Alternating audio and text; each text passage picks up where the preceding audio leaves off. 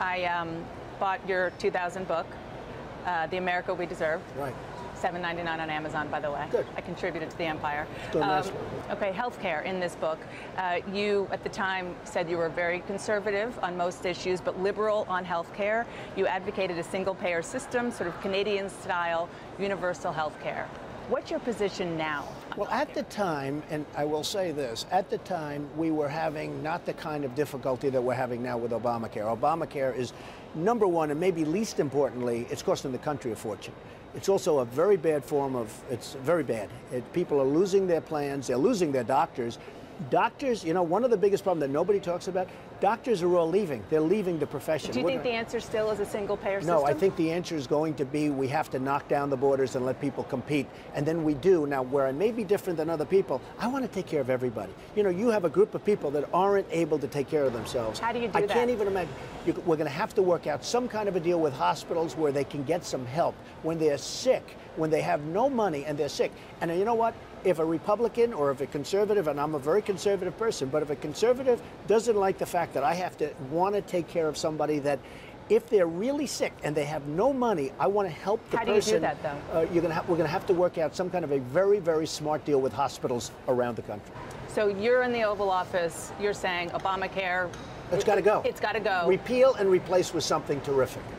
And the terrific is The terrific will be plans that can be done by private companies. I have to be able to compete. I want to be able to compete and go to a company in California, a company in Iowa, a company in New Hampshire, and I'll get a good price. The only way the government should really be involved is they have to make sure those companies are financially strong, so that if they have catastrophic events or if they make a miscalculation, they have plenty of money.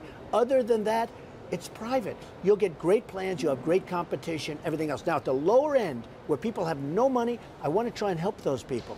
And I don't think there's anything wrong with that, but I want to try and help those people so they also can. Now, it's not going to be like a good plan. It's not going to be like the finest plan that somebody that's made some money or has a good living can do.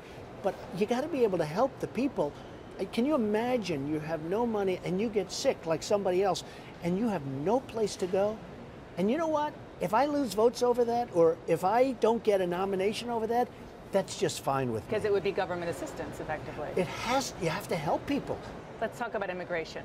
You have said that when it comes to the 11 million, we aren't exactly sure how many are here. Nobody knows. That are illegal, undocumented. Nobody knows. You've said that those who are criminals should be thrown out of the country. I think everyone pretty much, would agree with you on that. No, I don't think so. A lot of people think they should stay here. Okay, well, let's just for argument's sake, let's just say you're president, you do that. What happens to the other people? Ready? What do you do? Yes. Okay. Number one, the first thing we do is get the bad ones out. We have a lot of bad dudes, as I said. You have a lot of really bad people here. They're in our prisons, and they're clogging up our prisons. I want them to go back, and not only Mexico. I want to get them back to the country and I want them to be in their prisons. So I want to get the bad ones out. Not only the ones in the prisons, and by the way, and they're never coming back. Not only the ones in the prisons, but the ones that are going around like in San Francisco and shooting Kate and shooting Jamil and shooting people that should not, that should be with us. Okay. Then we have a law, right? You're supposed to come in legally. I would get people out, and I would have an expedited way of getting them back into the country so they can be legal. Okay, hold on. Let me just hold on that point right there. Because when you say get people out, are you talking about like a mass deportation? We don't even know who these people are. But Nobody how do you even find them? knows. We got to find them. But how do you do that? I mean, you're a business guy. You know we got to find them. But how? Politicians aren't going to find them because they have no clue. We will find them. We will get them out. When you say still get them out, just the process of that. There are a lot of smart people who have been focused on this for a long time say it's just not feasible. It's feasible if you know how to manage. Politicians don't know how to manage. We have to bring great people into this country, okay? And I love the idea of immigration, but it's got to be legal immigration. Now, a lot of these people are helping us, whether it's the grapes or whether it's jobs. And sometimes it's jobs, in all fairness, I love our country, but sometimes it's jobs that a citizen of the United States doesn't want to do. I mean, there are jobs that a lot of people don't want to do. I want to move them out, and we're going to move them back in and let them be legal, but they have to be in here legally. Legally, like otherwise, excuse me, otherwise you don't have a country. You don't have a country. If people can just pour into the country illegally, you don't have a country. But I would expedite the system. When you say legal, do you mean legal status, or can they be eligible for citizenship? Legal status. No citizenship. No citizenship. I mean, we'll see later down the line. Who knows what's going to happen? So you're open but legal to it. status. So you're open to ultimately It's something I would think citizenship? about, but I would say right now, no, I'm not open to it. I would say legal status. What about the dreamers? What about people who came here when they were children? They didn't know what they were doing. They came with their parents who brought them here illegally. Now, many of them are upstanding citizens. I mean, again, you're right. We don't know exactly how many people, but about maybe even 1.8 million people fall into this category. Should they be able to stay legally? We're going to do something. I've been giving it so much thought. You know, you have on a humanitarian basis, you have a lot of deep thought going into this, believe me. I actually have a big heart, something that nobody knows. I mean, a lot of people don't understand that. But the Dreamers, it's a tough situation. We're going to do something, and one of the things we're going to do is expedite. When somebody's terrific, we want them back here. Should they have to but leave they have too? to be legally. They're with their parents. It depends.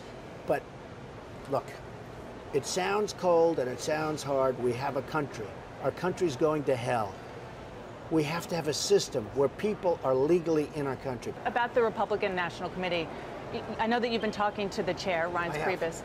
So can you give me some insight into those conversations? Why are you so much more positive now? Is it just because you're the front runner? I don't think I've changed. I think that, I've gotten some amazing polls. You look at the poll in New Hampshire. And what about these conversations that you've been talking about? I think that the conversations are very nice. I respect him. Look, the best way to win is for me to win the nomination, and I will beat Hillary. Believe me, I will beat Hillary. Hillary, I don't even know if she's going to be able to run, because what she did is a criminal act. She burned up the emails. She got rid of her hard drive.